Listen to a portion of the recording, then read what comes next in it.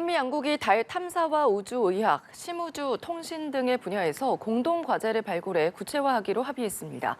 이에 미국 주도의 유인 달 탐사 계획인 아르테미스에 우리나라가 본격 참여하는 행보로 이어질지 주목이 되는데요. 자세한 소식 김성수 경희대 우주탐사학과 교수와 함께 짚어보겠습니다. 어서 오십시오. 안녕하세요. 네, 국빈 방문 중인 윤석열 대통령, 미국의 우주항공청 나사를 방문을 했습니다. 그래서 한미 간의 우주 분야 협력 강화 공동 성명서를 체결을 했는데 우선은 어떻게 보셨는지 궁금하고요. 이게 우리나라의 우주 기술 발전에 어떤 영향을 미치는지 말씀해 주시죠. 네, 사실 한미 우주 협력은 이번이 처음이 아니고 21년 5월부터 계속 얘기가 있었고 양국 정상이 이제 몇 번이나 재확인을 했습니다. 그래서 이번에도 이제 국빈 방문을 윤석열 대통령이 하고 계시니까 이제 같은 얘기가 나온 것 같고요.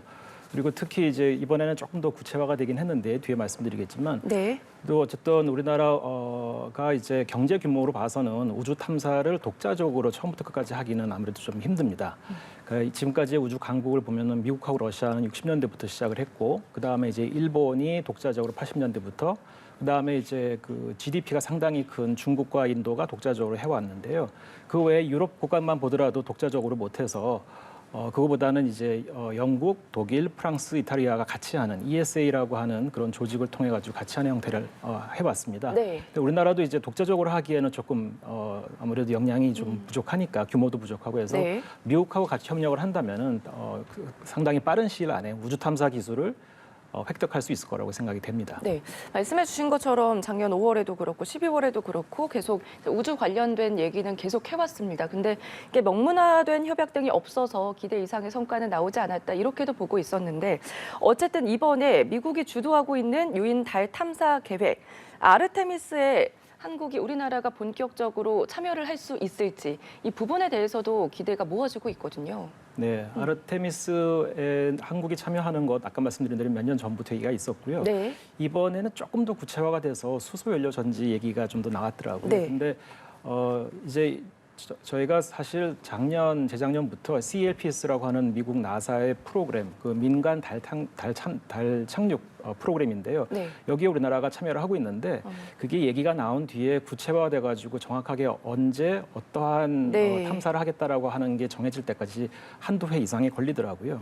그래서 이번 그 CLPS하고 약간 다른 또 훨씬 더 큰 프로그램인 아르테미스에도 양국이 이제 같이 하겠다고 하는 거를 서로 이제 동의를 한 다음에도 구체화할 때까지 지금 어느 정도의 시간이 걸리고 있는 것이라고 생각되고 특히 이제 올해 안에 그 개청을 예정하고 있는 그 우주청이 실제로 이제 만들어진다면 그 다음에 좀 더 이 양국 협력이 가속화되지 않을까 그렇게 생각됩니다. 네, 언제 어떻게 구체화되는지 부분이 중요하다고 말씀을 해주셨는데 그렇다면 만약에 우리가 참여를 하게 된다면 한국의 역할은 어떤 게 좀 될까요? 네, 이제 우리나라가 잘하는 분야에서 참여를 당연히 하기를 양국이 다 원할 텐데요. 글쎄 뭐 여러 가지가 있겠지만 제 생각에는 일단은 우리나라가 모빌리티가 강하지 않습니까? 그래서 달 표면에서 돌아다니는 움직이는 이제 무인 유인 로버 같은 거 제작할 수도 있을 거고요. 아니면은 또 이제 우리나라의 그 건설기술연구원이라고 하는 정부 출연 연구소가 있는데 거기에서는 그 달 표토를 이용해 가지고 3D 프린팅하는 연구를 오랫동안 해왔었습니다. 이제 그런 데 참여할 수도 있고 또 우리나라가 아까 제가 말씀드린 CLPS라고 하는 프로그램, 미국 나사의 프로그램에 달 표면에서 하는 과학 탑재체 제작에도 참여를 하고 있는데 이런 데에서도 또 참여를 할 수 있을 거라고 보이고요.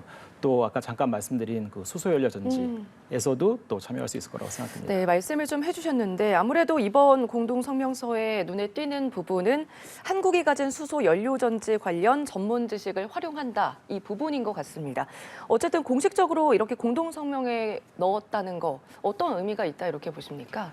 네, 이번에는 그래도 조금 더 구체적인 걸 하나 더 넣어야겠다고 생각해서 넣은 것 같고요. 근데 이제 수소연료 전지는 우리나라가 세계적으로 상당히 잘하고 있는 분야입니다. 이렇게 잘 안 알려져서 그렇지 한 국제 시장 조사 기업의 조사에 따르면 우리나라가 이제 전 세계 수소차 시장의 한 60%를 차지하고 있고요. 또 수소연료 전지는 한 30%. 그리고 관련 기업은 이미 400개 이상이 된다고 합니다. 그래서 기술력 수준도 이제 전 세계 1위인데요. 이 수소 연료 전지라고 하는 건 뭐냐면 연료 전지라고 하는 도구에다가 장치에다가 수소와 산소를 공급을 해서 이 두 개가 만나면서 전기를 만들어내는 그런 장치입니다. 네. 근데 이게 지구에서 쓰일 때는 수소만 따로 정제를 해가지고 연료로 이제 넣어주면 되고 산소는 대기 중에 썼거든요. 근데 이게 이제 달 표면 같은 데 간다던가 아니면 달이 아니더라도 우주 공간에 가면은 산소가 없고 대기가 없으니까 네. 수소와 산소를 따로따로 이제 이렇게 준비를 한 다음에 그걸 연료 전지를 통해 가지고 합성을 시키면서 거기에서 이제 전기를 얻어내는 건데요. 이게 특히 월면에서는 왜 중요하냐면은 달은 한 4일에서 5일 동안 낮이고 14일에서 또 15일 동안이 밤이거든요. 네. 그러면 낮에는 그 태양 전지를 이용해서 전기를 얻으면 되지만 밤에는 낮 동안에 얻은 태양 전지로부터 얻은 에너지를 보관해야 될 때가 필요합니다. 근데 이제 우리 지구에서 지금 제일 흔히 쓰는 건 ESS라고 그래가지고 이제 2차 전지에다가 전기를 담아놨다가 다시 꺼내는 건데요. 네. 이제 우리 휴대폰이나 노트북이나 아니면은 전기자도 자동차에 쓰이는 2차 전지입니다. 근데 그 2차 전지를 지구에서 달까지 가져가기는 너무 무거우니까 비효율적이고요. 네. 그래서 달에 있는 것 중에 쓸 수 있는 게 뭘까 이제 옛날부터 생각했더니 그게 바로 달 지하에 있을 걸로 생각되는 그 표토 바로 밑에 있을 거라고 생각되는 얼음인데요. 네. 그 얼음을 캐서 그걸 태양 전지를 이용해 가지고 전기 분해를 한 다음에 그러면 수소하고 산소로 따로 가지고 있을 수 있고요. 그 두 개를 연료 전지에서 합치면은 전기를 얻어낼 수 있습니다. 네. 그래서 이제 달 같이 밤이 긴 데에서는 연료 전지가 상당히 이제 그 중요한 역할, 즉 에너지를 저장했다가 나중에 꺼냈을 수 있게 하는 역할을 하고요. 또 그게 이제 더 먼 미래에는 화성에 가는데 필요한 네. 로켓의 연료로도 쓸 수 있습니다. 왜냐하면 로켓의 연료 중에 하나가 바로 수소거든요. 그래서 네. 연료인 수소와 산화제인 산소를 그 달 지하에 있는 달 표토 밑에 있는 얼음으로부터 분리를 해서 갖고 있다가 그걸 연료로도 쓸 수가 있습니다. 그래서 네. 어쨌든 이렇게 얼음이나 물을 분해하고 다시 그 연료 전지로 통해 가지고 합치는 그런 기술은 언젠가 꼭 필요할 거고요. 우리나라가 지금은 우주용 연료 전지는 아니지만 네. 지구에서 쓰이는 연료 전지는 상당히 기술력이 있기 때문에 네. 이번에 또 특히 콕 집어서 얘기한 걸로 보여집니다. 어쨌든 내용이 담긴다는 거 굉장히 큰 의미가 있다 이렇게 볼 수가 있을 것 같은데요. 이 모든 양국 간의 우주 협력 아무래도 말씀해 주셨지만 향후에 설립될 우주항공청이 주도할 계획입니다. 이게 이름도 영문화된 이름이 굉장히 좀 비슷해요. 나사 또 카사 이렇게 나왔는데 그 의미는 좀 뭐라고 보세요? 네, 저도 이번에 발표된 걸 처음 들어서 전에는 이제 가칭 KSA라고 들었었습니다. 네. 코리안 스페이스 에이전시였는데 네. 이제 나사는 내셔널 에어로노틱스 앤 스페이스 어드미니스트레이션이거든요. 나사도 처음에 만들어질 때 60년대 말 70년대 아니 50년대 말 60년대 초에 만들어질 때는 에어로노틱스 앤 스페이스 에이전시라고 가려고 하다가 마지막에 이제 어드미니스트레이션으로 바뀐 걸로 알고 있습니다. 네. 그 에이전시하고 어드미니스트레이션이 어떻게 다른지 뭐 콕 집어서 얘기하기는 힘들지만 에이전시는 어떠한 역할을 도맡아서 하겠다. 마치 CIA의 미 중앙정보국처럼 거기는 그 정보에 관련된 거를 도맡아서 하죠.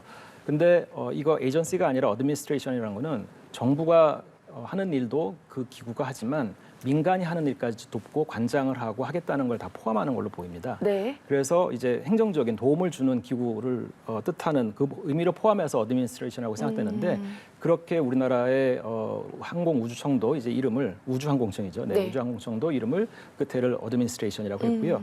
근데 이제 중간에 A하고 S는 정확하게 에어로노틱스 뭐 미국의 나사처럼 에어로노틱스 앤 스페이스는 아니고 좀 더 짧은 단어로 합친 단어로 에어로스페이스라고 짧게 한 걸로 보입니다. 네, 어쨌든 지금 카사는 연내 개청을 목표로 하고 있습니다. 하지만 연내 개청이 가능할지 우려하는 목소리도 나오고 있는 상황인데요. 이게 더 나아가서 실제 한미 우주 협력까지 이어지기 위해서는 어느 정도 시간이 좀 필요할 것 같다 이렇게 보십니까? 네, 그 부분은 네, 제가 전문가가 아니라서 네, 이렇게 청 하나를 정부조직법을 고쳐가지고 네. 국회 뭐 승인을 받고 동의를 받고 해야 되는데 그 과정이 얼마나 어려울지 쉬울지는 네, 저는 이제 그 추측하기는 좀 힘든데요. 일단 지금 목표대로 연내에 개청이 된다 그러면은 내년부터는 상당히 그 한미 협력이나 우주 협력이 가속화될 거라고 보여집니다. 네. 이번 또 공동 성명서에 인공위성 발사 규제에 대한 이야기는 구체적으로 담기진 않았거든요. 지금까지는 미국의 허가가 있어야지만 인공위성을 쏘아 올릴 수가 있는데 아무래도 이 규제가 풀리게 되면은 우주 개발에도 어느 정도 속도가 붙을 것으로 보이는데 아직 이 규제가 풀린 건 아니잖아요. 네, 조금 더 정확히 이제 말씀드리면 아마 네. 자막으로도 나가는 걸로 알고 있는데요. 이제 위성 발사를 규제하는 건 아니고 예? 위성이나 이런 로켓에 들어가는 장비 중에 아이타르라고 하는 국제 무기 거래 규정 그 미국 측이 만든 규정인데요. 네. 이거는 국방 관련해서 미 군수품 수출입을 통제하는 규정입니다. 근데 이제 이렇게 위성이나 로켓처럼 상당히 복잡한 기기를 만들 때에는 네. 미국의 이 아이타르 규정에 그 감독을 받는 장비나 부품을 안 쓸 수가 없거든요. 그러니까 어딘가에는 미국 제품이 쓰일 텐데 그러면은 그 장비를 가지고 올라가는 위성이나 로켓은 미국의 발사 동의를 얻어야 됩니다. 이제 그래서 위성 발사 규제라기보다는 미국 군수품에 해당되는 부품을 사용한 로켓이나 위성이 올라가는 거에 대한 규제인데요. 네. 그거에 대해서 몇 년 전부터 계속 한미 우주 협력이 그래도 좀 더 원활하려면 그 아이타르가 최소한 우주 분야에서는 좀 면제돼야 된다라는 얘기가 나왔는데 네.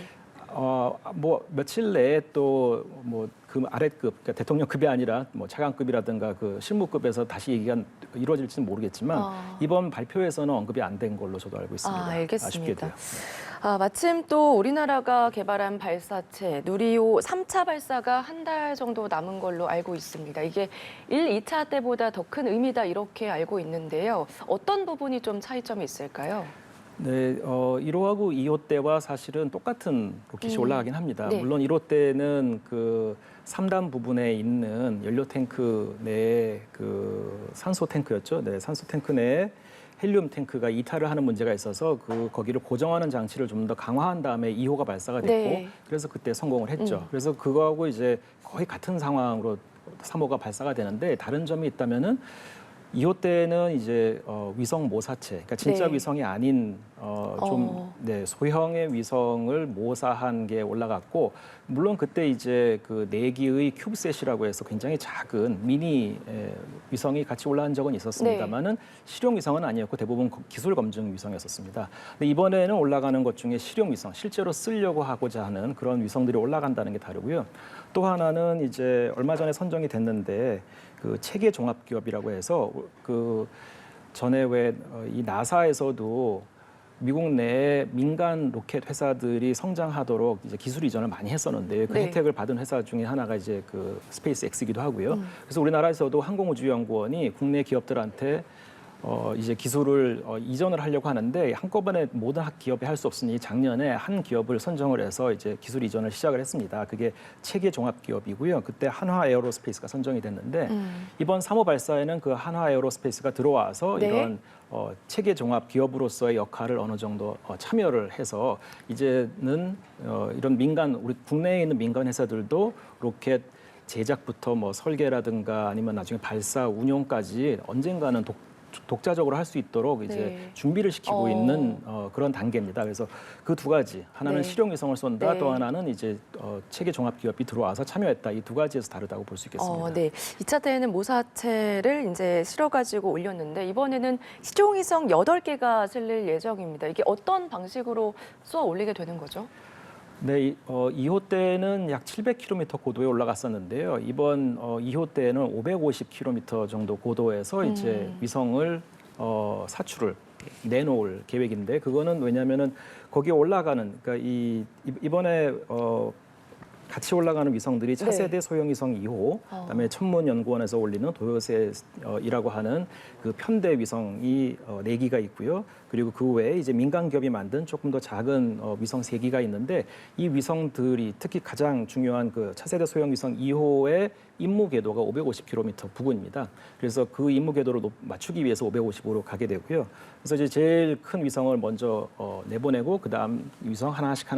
그래서 그 위성들이 한꺼번에 나가지 않고 순차적으로 나가서 우주 공간에서 충돌하지 않도록 이제 하는 것이 상당히 중요하다고 네. 볼 수 있겠습니다. 알겠습니다. 약 한 달 정도 남아 있는데 그 당시 2차 발사 때도 이제 날씨의 변수 때문에 어려움을 겪었었고 여러 가지 또 문제가 있어서 굉장히 저도 같이 보도를 하면서 어려웠던 기억이 나거든요. 근데 이번에 3차 발사 특히 성공을 위해서 어떤 부분을 각별히 신경 쓰고 계십니까?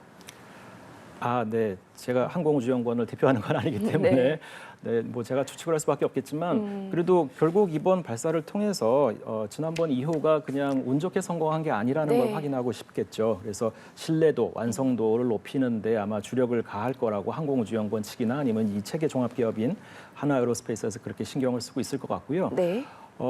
원래 이 누리호 발사가 3번이 예정돼 있었습니다. 초기에 이제 이 연구비를 받아가지고 수행할 때 처음에는 이제 최소한 3개는 쏘자는 거였죠. 왜냐면은 이 3번 중에 언제 성공할지 모르기 때문이죠. 네. 한 번만에 처음 발사해가지고 성공하는 적은 세계적으로도 굉장히 없고요. 2번째 발사에 성공하는 것만 해도 상당히 잘하는 네. 겁니다. 그래도 2번만 시도했다가 실패하면은 그건 위험하니까 처음에 3번의 기회를 이제 처음에 확보를 했었는데요. 그래서 네. 지금 2번째 성공했지만 원래 계획대로 이제 3번째를 발사하고 하게 되는 겁니다. 네, 3차 발사에 성공을 한다면 어떤 의미가 있을지도 좀 궁금하고요. 성공을 한다고 하더라도 추가로 3차례 더 발사 예정이 있다 이런 얘기도 있는데 이건 어떤 내용이죠?